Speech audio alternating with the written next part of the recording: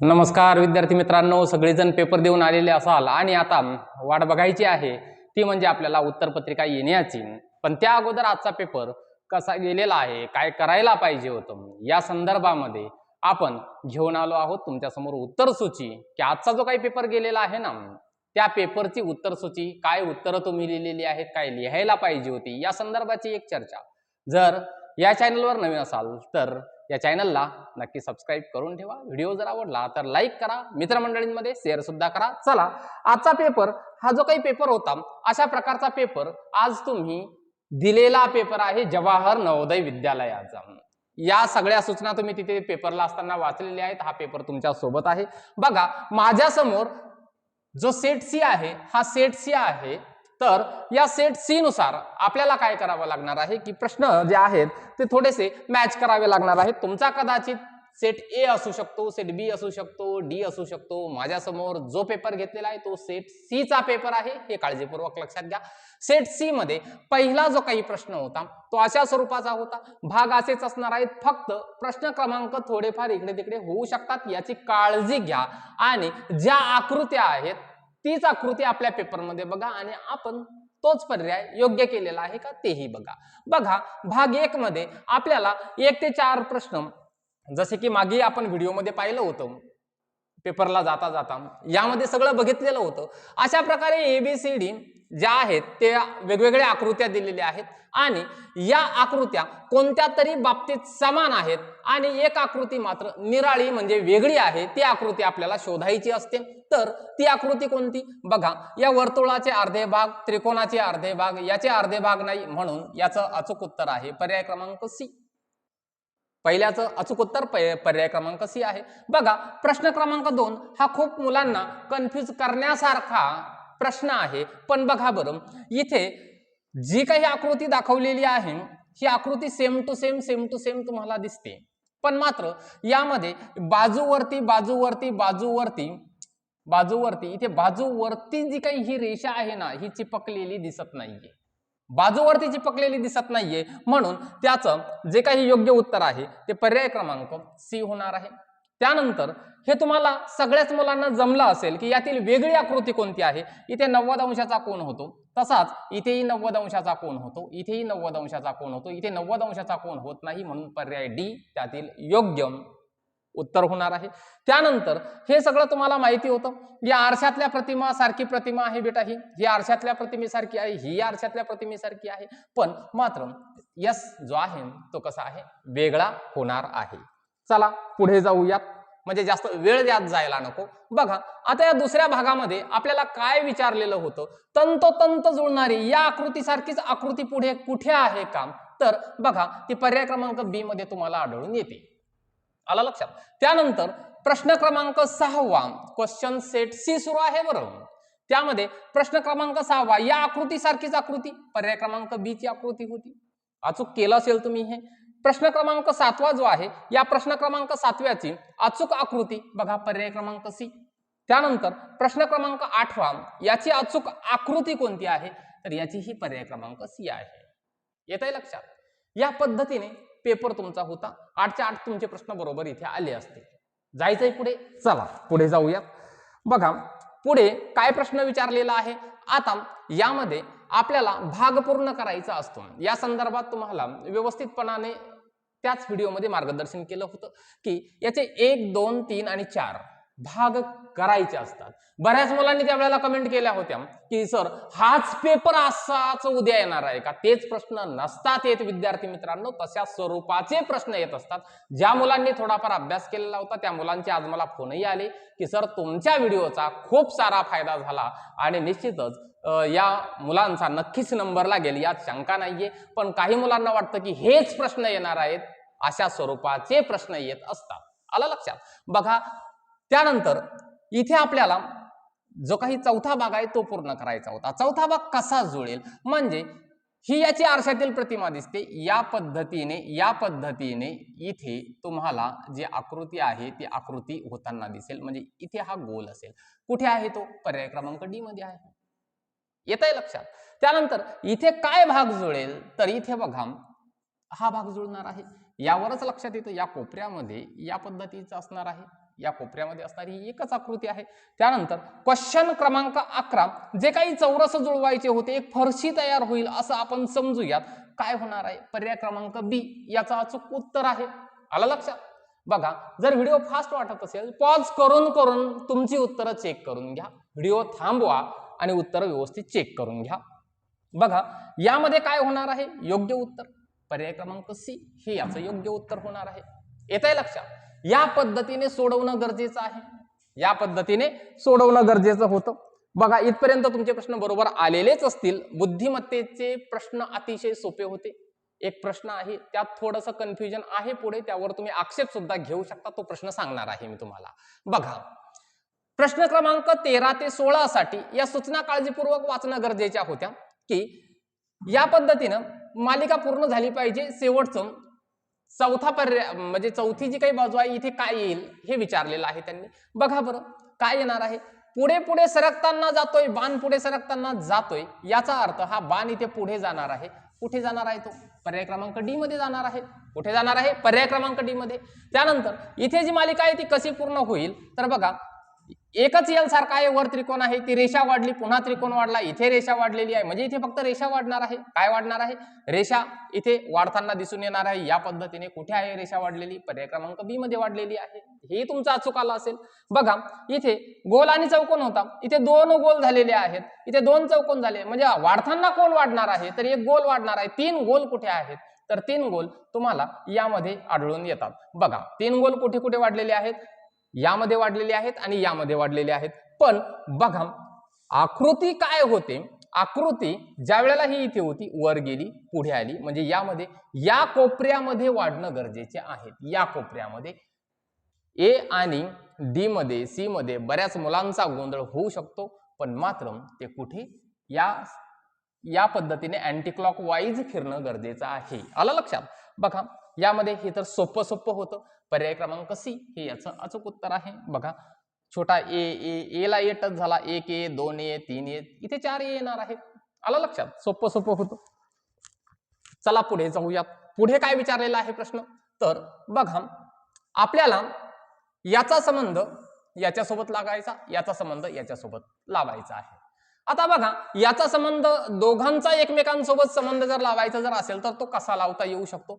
ही आकृती आपल्याला आरशातील प्रतिमा दिसून येते, पण हा छोटा बाण गायब होतो आणि दोन्ही बाण जे मोठे बाण आहेत ते त्याला टच होतात.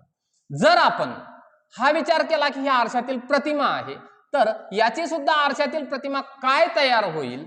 म्हणजे रेषेला टच असणारा भाग कट होतो, हे दोनच भाग राहणार आहेत. म्हणजे याचं उत्तर पर्याय क्रमांक बी आरशातील प्रतिमेनुसार होऊ शकतं. आरशातील प्रतिमेनुसार याचं उत्तर हे होऊ शकतं. पण दुसरा एक गोष्ट अशी आहे, जर हीच आकृती आपण क्लॉकवाईज और अँटी क्लॉकवाईज 180 डिग्री मध्ये जर फिरवली तरी सुद्धा हीच आकृती बनणार आहे. जर याला आपण 180 डिग्री मध्ये जर फिरवलं तर याचं उत्तर ही आकृती सुद्धा होऊ शकते. म्हणून मी तुम्हाला सांगितलं, कदाचित काही मुलांनी याचं उत्तर बी लिहिलं असेल, काही मुलांनी सी लिहिलं असेल, पण मात्र यामध्ये थोडासा आक्षेप निर्माण होऊ शकतो प्रश्न क्रमांक 17 मध्ये.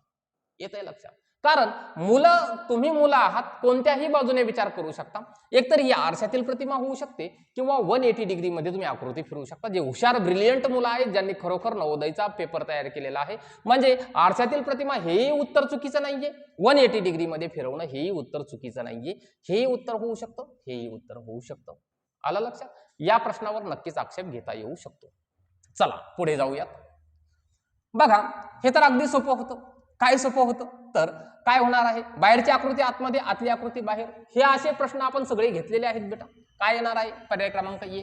त्यानंतर हे काय झालेलं आहे? क्लॉकवाईज अँटी क्लॉकवाईज मी फिरून तुम्हाला दाखवलेलं होतं. बघा, फिरवा याला काय केलेलं आहे? फक्त अँटी क्लॉकवाईज फिरवलेलं आहे. काय केलेलं आहे? फक्त अँटी क्लॉकवाईज फिरवलेलं आहे. आणि यावरती मी तुम्हाला असेच प्रश्न येणार, हा जो व्हिडिओ होता यामध्ये डिटेल्स दिलेले होतं. आलं लक्षात? चला पुढे जाऊया. हे काय आहे? तर ही आकृती अशी केव्हा दिसणार आहे? तर ही आरशामध्ये अशी दिसणार आहे बेटा. कधी दिसणार आहे? आरशामध्ये. मग ही आकृती आरशात कशी दिसणार आहे? आरशावरती सुद्धा मी खरोखर काळजीपूर्वक त्या व्हिडिओमध्ये तुम्हाला सांगितलं होतं, या पद्धतीने ही आकृती दिसणार आहे. आलं लक्षात? आरशातल्या प्रतिमा कशा ओळखायच्या हे त्या व्हिडिओमध्ये खरोखर काळजीपूर्वक सांगितलं होतं. याचं उत्तर आहे पर्याय क्रमांक सी. येतंय लक्षात? चला पुढे जाऊयात आपण. बघा आपल्याला काय आहे, भौमितिक आकार जोडता येणं गरजेचे आहे. त्यापासून भौमितिक आकार बनला पाहिजे. यापासून काय बनू शकेल, तर एखादा चौरस बनू शकेल. केव्हा बनणार आहे, तर हा जो भाग आहे तो यामध्ये या पद्धतीने जर जोडला तर इथे तुमचा चौरस बनू शकतो. कोणता? बी. त्यानंतर या पद्धतीने चौरस बनणार आहे. 22वा प्रश्न कुठे आहे, पर्याय क्रमांक अगेन बी.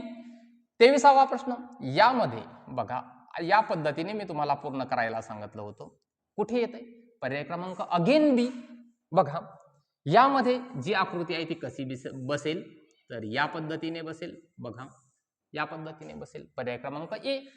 झालं. एवढं सोपं होतं. आणि खरोखर आजचा जो काही पेपर होता ना नवोदयचा, हा पेपर अतिशय सोपा पेपर काढलेला होता. येथे लक्षात. चला पुढे जाऊयात. यामध्ये आरशातील प्रतिमा हे तर अगदी सोपं विचारलेलं होतं. हे टोक जवळ दिसणार आहे, बस संपला विषय. येतंय लक्षात? त्यानंतर हे खालचा जो आहे व्ही सारखे आकार हे जवळ दिसणार आहेत, मधोमध व्ही हा इथेच राहणार आहे. बघा पर्याय क्रमांक बी याचं अचूक उत्तर आहे. अक्षरांचा तर मी मुद्दाम प्रश्नच टाकून ठेवला होता तुम्हाला आणि सांगितलेलं होतं अक्षरावरती डेफिनेटली प्रश्न येणार आहे. दिसला प्रश्न?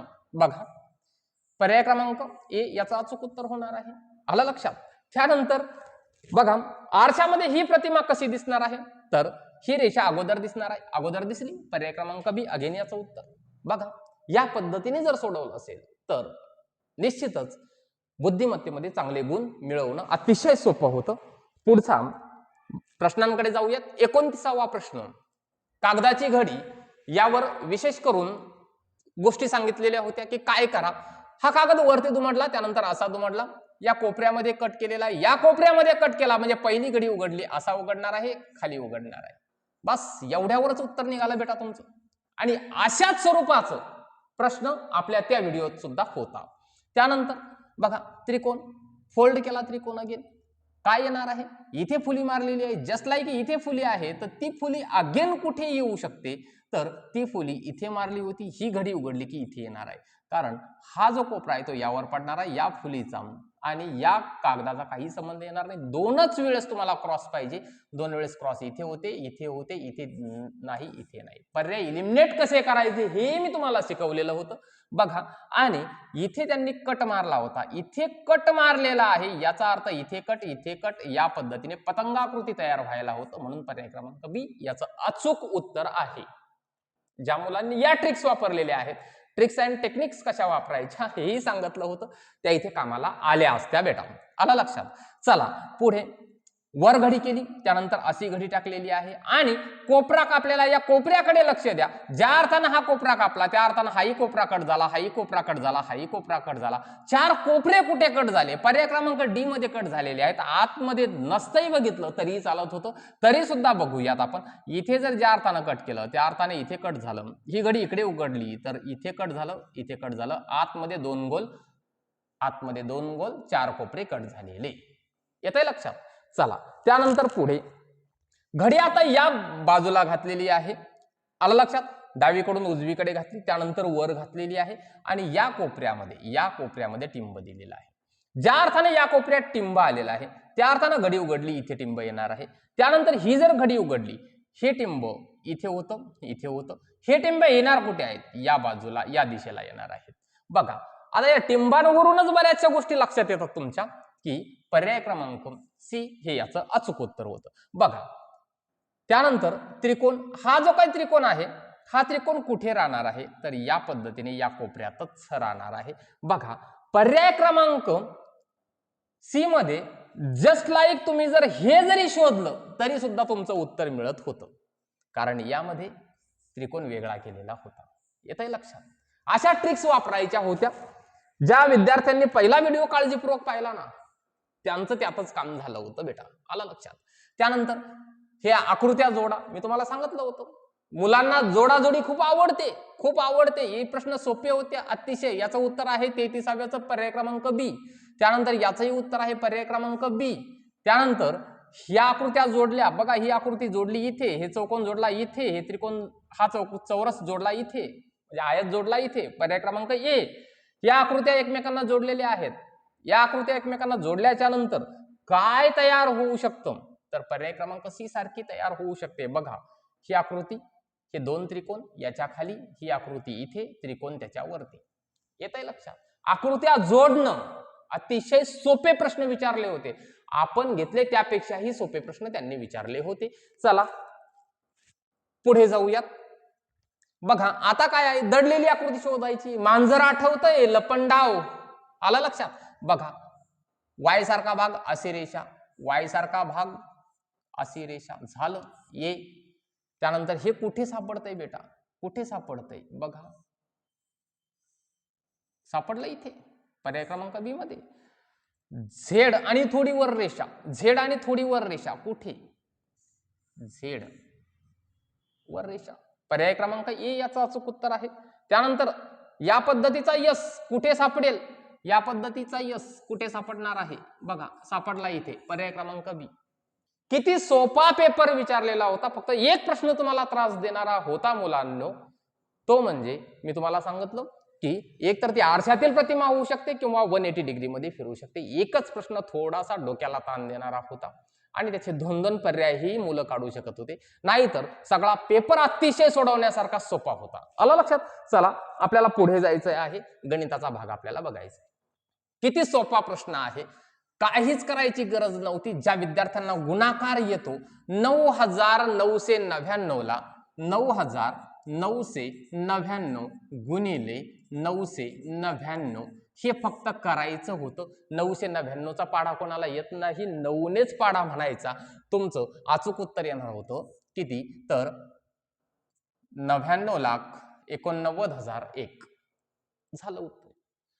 बघा 64च्या सर्व अवयवांची बेरीज किती? आता मुळात तुम्हाला 64चे अवयव कसे काढता, कोणते आहेत किंवा कसे काढतात हेही मी मागे सांगितलेलं होतं. तर पहिला अवयव सगळ्यात लहान अवयव आहे 1, त्यानंतर आहे 2, त्यानंतर याचा 3 नाहीये, 4 आहे, 8 आहे, 16 आहे, 32 आहे आणि 64 आहे. सगळ्यांची फक्त बेरीज करायची. 1 2 4 8 16 32 आणि 64 करा बेरीज, येते 127. एवढं सोपं गणित विचारलं होतं त्यांनी. बघा ही बेरीज करायची होती आणि या तिघांची बेरीज करा, त्यातून हे वजा करा फक्त, बस एवढं होतं. आणि दशांश अपूर्णांकाच्या बेरजा कशा करायच्या हे अतिशय सोपं होतं. दशांश चिन्हाच्या खाली दशांश चिन्ह घ्या, या कन्सेप्ट समजणं गरजेच्या होत्या, तेही शिकवलेलं होतं. याचं अचूक उत्तर आहे 674.4938. 674.4938 हे याचं अचूक उत्तर आहे. चला पुढे जाऊयात आपण. बघा 1 आणि 11 यांच्यामध्ये किती मूळ संख्या आहेत? किती सोपे प्रश्न. 1 आणि 11 यांच्यामध्ये मूळ संख्या माहित पाहिजे होत्या. मोठमोठ्यांना 2दा-3दा उच्चार केला होता. सगळ्यात लहान मूळ संख्या आहे 2 आणि ती एकमेव समसंख्या आहे. आठवतं का? ज्यांनी व्हिडिओ पाहिला त्यांना आठवत असेल. पुढे आहे 3, त्यानंतर 5, त्यानंतर 7, 2 3 5 7 संपल्या. किती होत्या? 4. किती आहेत मूळ संख्या? यांच्या दरम्यान विचारलेला आहे. या संख्या त्यात घ्यायच्या नाहीत. यांच्यामध्ये किती आहेत म्हणजे ह्या दोन संख्या कन्सिडर करायच्या का? एक तर मुळात मूळ संख्याच नाहीये हेही सांगितलेलं होतं. यांच्यामध्ये विचारलेल्या होत्या या 4 आहेत. येतंय लक्षात बेटा? म्हणून त्याचं उत्तर आहे 4. यांचा गुणाकार, पुन्हा एकदा दशांश अपूर्णांकाचा गुणाकार विचारला होता. किती सोपं, 0.006. सोपं होतं. 20 आणि 30 चा सर्वात मोठा समनावयव अशी कोणती संख्या आहे मोठ्यात मोठी की तिने 20 लाही भाग जातो आणि 30 लाही भाग जातो? बेटा 10 आहे. 10 सोपं आहे, कारण 10च्या पाढ्यात 20 येतात आणि 10च्याच पाढ्यात 30 येतात. त्यापेक्षा मोठी कोणतीच संख्या नाहीये की तिच्या पाढ्यामध्ये 20 येतील आणि 30 येतील. चला पुढे 0.238 चा अपूर्णांक म्हणजे फ्रॅक्शन आहे. काय विचारलेलं आहे? आणि हेही उदाहरण, आता हेही म्हणजे ऍज इट इज असंच नाही, अशा स्वरूपाचं उदाहरण आपण आपल्या व्हिडिओमध्ये घेतलेलं होतं. आठवा नाही तर आठवायचं नसलं तर पुन्हा एकदा व्हिडिओ पहा. अशा स्वरूपाचं उदाहरण घेतलेलं होतं. बघा यामध्ये याला जर आपल्याला फ्रॅक्शन मध्ये कन्वर्ट करायचं असेल तर काय करता येईल? तर त्याला करता येईल 238 चा छेद 1000. बस एवढंच. आणि बऱ्याच वेळेला मी तुम्हाला गणिताच्या बऱ्याचशा प्रॉब्लेम मध्ये हे सांगितलं होतं की बेटा जर ॲज इट इज उत्तर नाही सापडता आहे ना, याला फक्त 2 ने भाग द्या.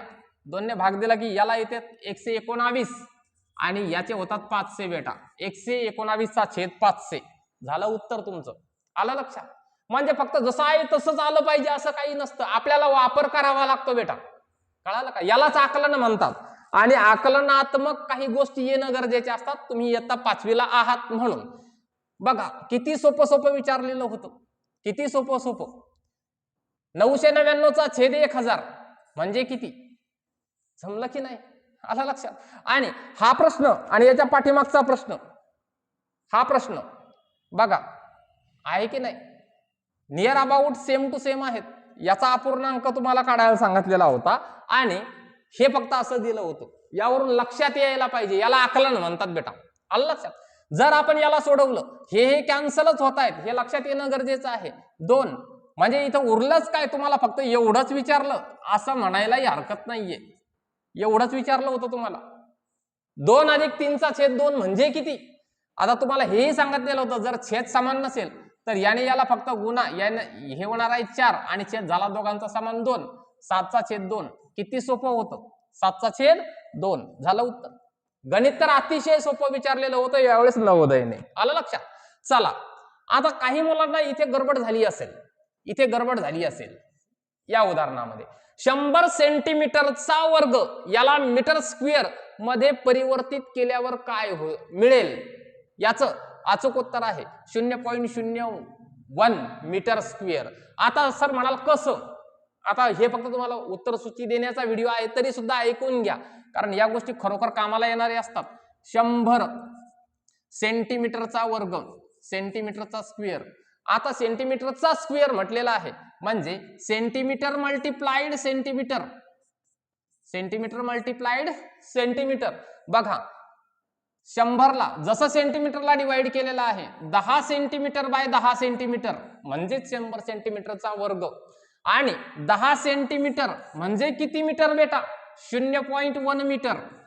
कन्वर्जन पाठ झाले असतील तुमचे. 0.1 मीटर. 0.1 ने 0.1 ला गुणा बेटा, काय होणार आहे? 0.01 मीटर स्क्वेअर.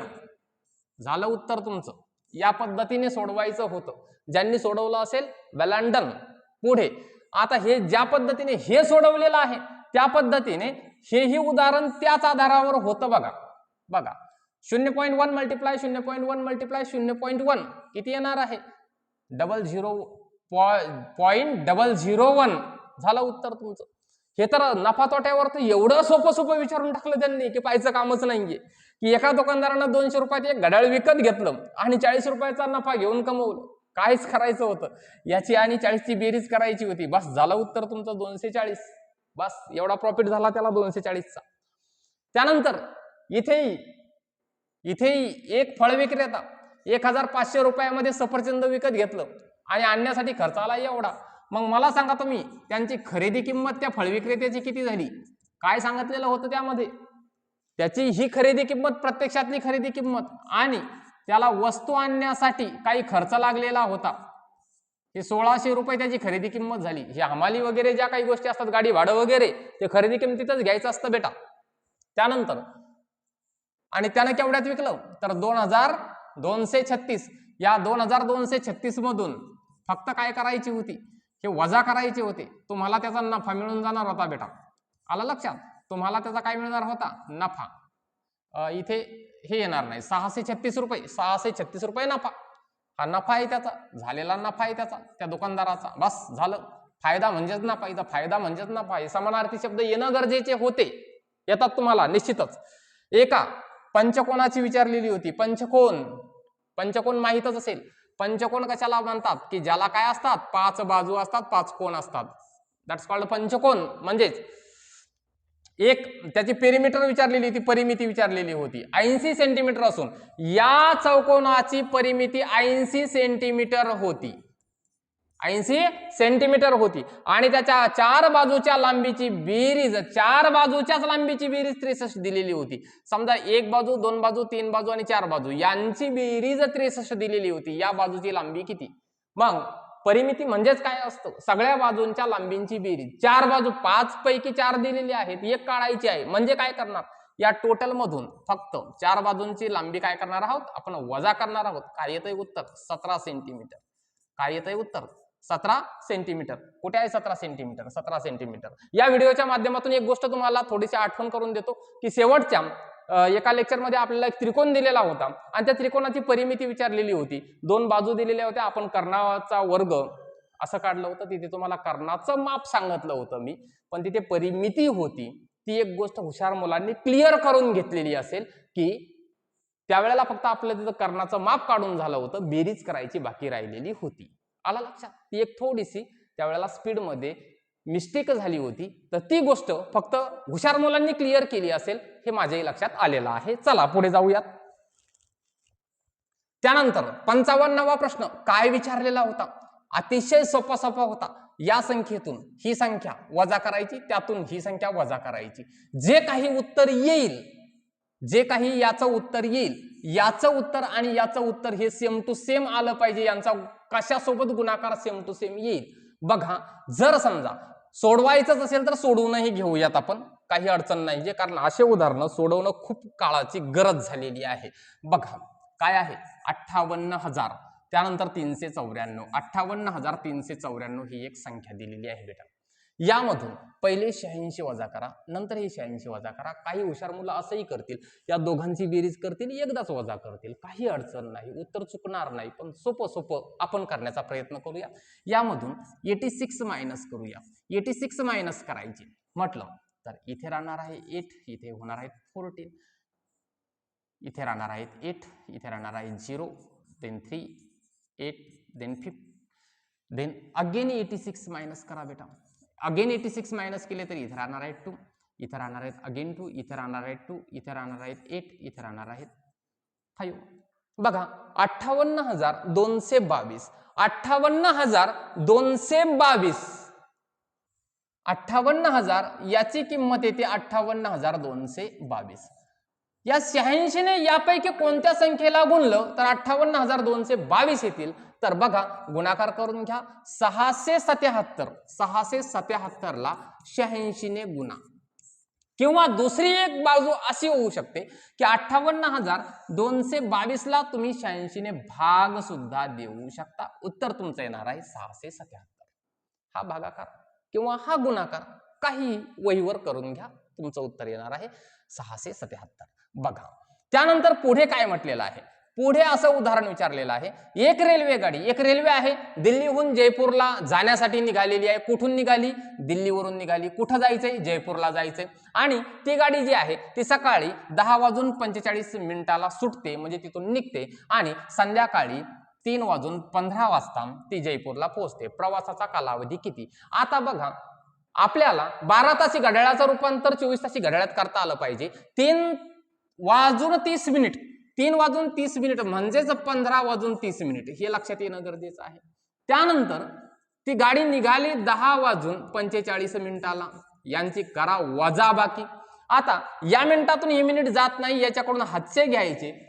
1 तास हातचा घेतला की 60 मिनिट हातचे येतात. 60 आणि 30 होतात 90. या 90 मधून 45 गेले, इथे उरले 45, इथे उरले होते 14. 4 तास 45 मिनिट, 4 तास 45 मिनिट झालं तुमचं उत्तर. एवढं सोपं विचारलेलं होतं.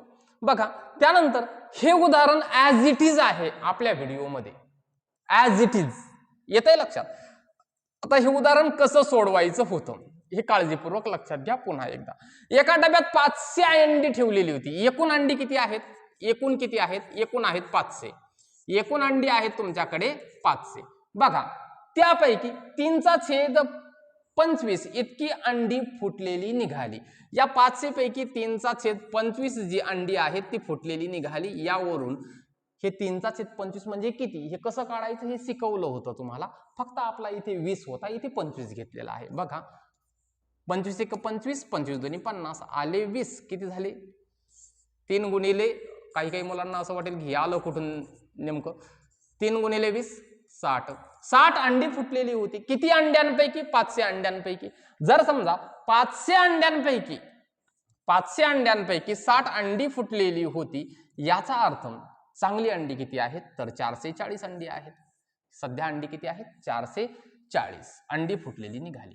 बघा एकूण अंड्यापैकी 1/5 अंडी पाहुण्यांसाठी राखून ठेवायची आहेत. आता एकूण अंड्यांपैकी विचारलेलं आहे हे काळजीपूर्वक समजून घ्या. एकूण अंडी किती होती 500. यापैकी किती राखून ठेवायची होती 1/5.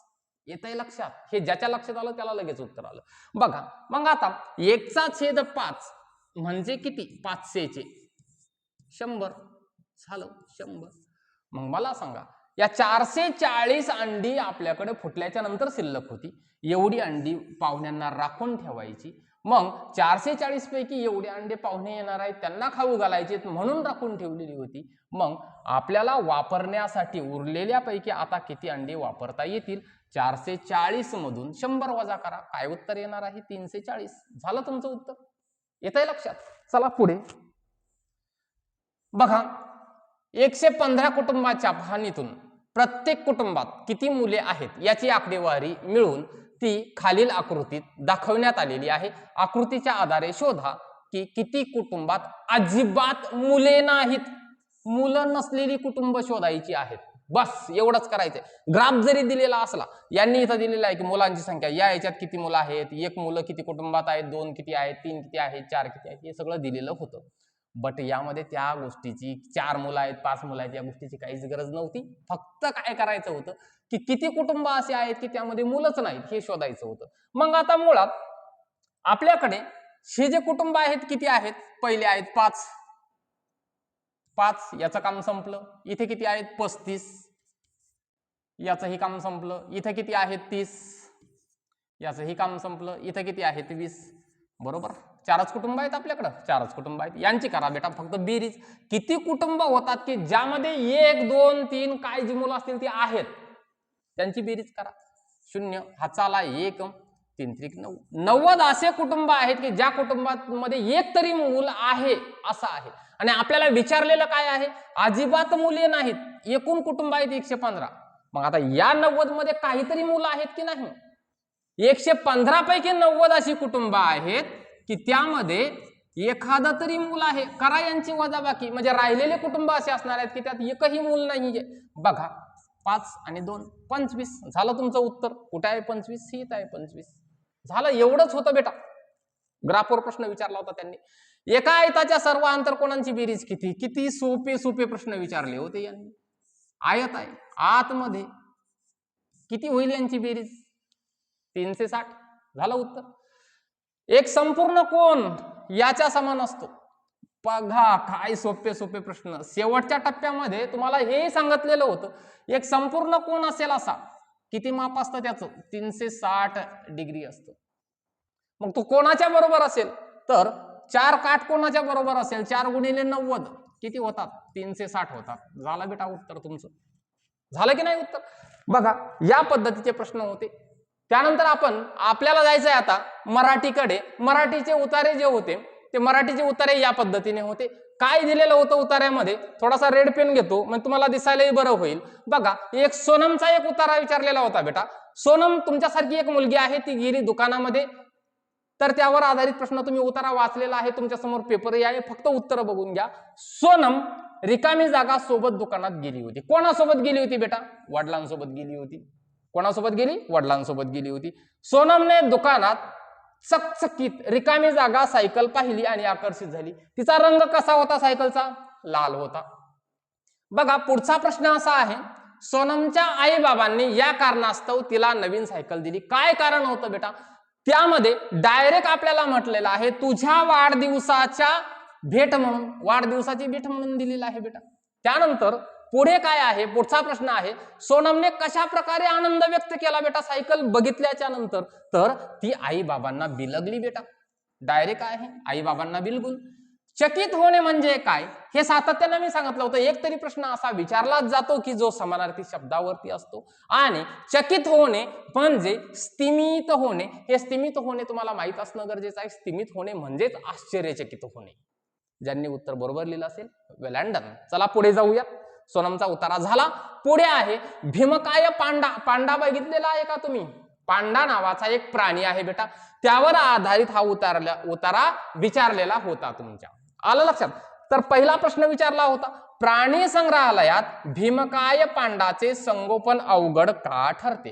का ठरत असेल भीमकाय पांडाचं संरक्षण करणं? तर त्यांच्यासाठी पुरेसा आहार मिळवणं कठीण जातं, कारण या पांडाला खायला खूप लागतं, हेच उतार्यामध्ये सांगितलेलं आहे. म्हणून त्यांच्यासाठी पुरेसा आहार मिळवणं कठीण आहे, हे याचं अचूक उत्तर आहे. त्यानंतर भीमकाय पांडाचा मुख्य आहार कोणता? तर काय म्हटलेलं आहे, बांबूची कोवळी पाने चघळण्यात ते दिवसच घालवतात. म्हणजे दिवसभर काय खात राहतात? तर बांबूची कोवळी कोवळी पानं खात राहतात बेटा. आलं लक्षात? हा सुंदर प्राणी विलुप्त होण्याच्या मार्गावर आहे. याचं कारण काय सांगितलेलं आहे? तर बघा, हा सुंदर प्राणी विलुप्त होण्याच्या मार्गावर आहे कारण त्यांचे नैसर्गिक अधिवास नष्ट होत आहेत. बघा, त्यांची शिकार होत आहे. शिकार आणि नैसर्गिक अधिवास, मोठ्या प्रमाणात करण्यात येणारी शिकार आणि नैसर्गिक अधिवास, पर्याय क्रमांक बी त्याचा अचूक उत्तर आहे. भीम काय? भीम, जर समजा तुम्ही महाभारत वगैरे बघितलं असेल, त्यामध्ये भीम नाव ऐकलेलं असेल. भीम याचा विरुद्ध, भीम काय म्हणजे काय, याचा विरुद्धार्थी शब्द शोधायचा. भीम काय म्हणजे खूप मोठा असणे, हे समानार्थी झालं, पण विरुद्धार्थी विचारलं होतं आपल्याला. मग विस्तृत होईल का? नाही. मोठा होईल का? नाही. लांबलचक होईल का? नाही. लहान. भीम कायच्या विरुद्ध लहान, झालं उत्तर. पुढे जाऊयात. प्राणी संग्रहालयात काय म्हटलेलं आहे त्यांनी? प्राणी संग्रहालयात, आता इथे बऱ्याच मुलांचा गोंधळ झाला असेल, याला खरोखर नॉलेजची गरज असते. प्राणी संग्रहालयात पक्षी पिंजऱ्यात ठेवले जातात. बर, पशु चरतात आणि विश्रांती घेतात. आता हे पशु जे आहेत ते चरतात आणि विश्रांती घेतात, याला वेगवेगळे नाव आहेत, जस्ट लाईक त्यांचा हॅबिटॅट असतो, अधिवास सुद्धा म्हटलं जातं. मुलं पशूंचे मनोरंजन करण्यास येतात, असं काही होऊ शकत नाही. पशूंना कुंपणात आणि पिंजऱ्यात ठेवले जाते, हे याचं अचूक उत्तर होऊ शकतं. आलं लक्षात? कारण 1972चा जो काही वन्यजीव संरक्षण अधिनियम कायदा आहे, त्यामध्ये प्राणी संग्रहालयाची व्याख्याच अशी केलेली आहे, जे पशु पक्षी कुंपणात ठेवलेले असतात त्यांना प्राणी संग्रहालय म्हणजे झू म्हटलं जातं. 1972चा हा वन्यजीव पशुसंवर्धन ऍक्ट आहे, त्यामध्ये अशी गोष्ट सांगितलेली आहे. ही गोष्ट काळजीपूर्वक आठवणीने लक्षात ठेवा, कारण हे प्रश्न असे जनरल नॉलेज म्हणून माहीत असणं गरजेचं आहे. याचं उत्तर ॲज इट इज तुमच्या उत्तरात दिलेलं नव्हतं, पण हे एक जनरल नॉलेजचा प्रश्न म्हणून होता. आलं लक्षात? चला पुढे जाऊयात. बघा पुढे काय म्हटलेलं आहे, एक फुलांचा उतारा होता. मुलांना फुलं खूप आवडतात. बघा, फुलं अनेक दृष्टींनी काय असतात? उपयोगी असतात बेटा आपल्याला. हे उत्तर ॲज इट इज सांगितलेलं आहे. आलं लक्षात? फुले काय आहेत? उपयोगी आहेत, आपल्याला उतार्यात सांगितलेले आहेत. फुलं कशी असतात? बघा, अनेकविध रंग आणि आकृत्यांची असतात. फुलांना अनेकविध रंग आहेत आणि आकृत्या असतात. दुसरीच ओळ सांगितलेली होती. फुलांचा व्यावहारिक उपयोग म्हणजे काय? आता फुलांचा व्यावहारिक उपयोग जसंच्या तसं दिलेलं होतं, अत्तर, चहा आणि सौंदर्य प्रसाधने. अत्तर, चहा, सौंदर्य प्रसाधने तयार करणं, पर्याय क्रमांक 1. फुलांचा वापर औषधे तयार करण्यातही केला जातो. आता इथे सर्व काही रंगीत, लहान असे वेगवेगळे पर्याय होते, तर त्यासाठी उतारा काळजीपूर्वक वाचणं गरजेचा होता. काही फुलांचा, काहीच फुलं वापरली जातात. आलं लक्षात? बघा, त्यानंतर उतार्यात परिणाम शब्दाचा अर्थ काय असेल? तर त्याचा परिणाम या अर्थानं, परिणाम म्हणजे प्रभाव पडतो. आलं लक्षात? प्रभाव, पर्याय क्रमांक बी हे याचं अचूक उत्तर आहे. शेवटचा उतारा, शेवटचे प्रश्न बघा, एक शेवटचा उतारा आपल्याला दिलेला होता की राष्ट्रीय संग्रहालय दिल्ली येथे, हे खूप चांगला छान उतारा आहे. एका नर्तिकेच्या मूर्तीवरचा हा उतारा त्यांनी विचारलेला आहे. आलं लक्षात? आणि ती जी मूर्ती आहे ती सध्या राष्ट्रीय संग्रहालय नवी दिल्ली येथे ठेवण्यात आलेली आहे. मोहेंजोदडो येथे उत्खनन झाल्याच्या नंतर ही मूर्ती सापडलेली होती. आलं लक्षात? मोहेंजोदडो याबद्दल जे काही सिंधू संस्कृती होती त्यामध्ये उत्खनन झालेलं होतं आणि त्यात सापडलेली मूर्ती आज आपल्या राष्ट्रीय संग्रहालयात आजही ठेवण्यात आलेली आहे. याविषयी अधिक माहिती निश्चितच तुम्ही घ्याल. बघा, प्रश्न काय विचारलेला आहे पहिला, नृत्य करणाऱ्या नर्तिकेला जाड काचेच्या मागे का ठेवण्यात आलेला आहे? कारण ती एक दुर्लभ कलाकृती आहे. कारण अशा कलाकृत्या पुन्हा मिळणे नाही, म्हणून ती गोष्ट खूप मौल्यवान आहे म्हणून ती जाड काचेच्या पाठीमागे ठेवण्यात आलेली आहे. त्यानंतर पुढचा प्रश्न असा आहे, पेडेंट यापैकी कशाचा घटक आहे? उतार्यातच म्हटलेला आहे हाराचा घटक आहे. तो पेडेंट हाराचा घटक आहे. बघा आता इथे बरेच मुलं कन्फ्यूज होऊ शकतात. बरोबर, इथे या प्रश्नामध्ये बऱ्याच मुलांचं कन्फ्युजन झालं असेल, पण प्रश्न काळजीपूर्वक समजून घ्या. ज्यांनी उत्तर योग्य केलं त्यांच्यासाठी वेलांडनच आहे. बघा 2 विधानं दिलेली होती, विधान 1 आणि विधान 2. वाचा आणि योग्य पर्याय निवडा. काय म्हटलेलं होतं? तिच्या बांगड्या सिंपले आणि पातळ धातूपासून तयार केलेल्या किंवा पातळ धातूपासून तयार केलेल्या आहेत. कोणाच्या? त्या नर्तिकेच्या. जे काही नर्तिकेची मूर्ती आहे तिच्या ज्या काही बांगड्या सिंपले किंवा पातळ धातूपासून तयार केलेल्या आहेत. पहिलं उत्तर, पहिला पर्याय विधान हे अगदी योग्यच आहे.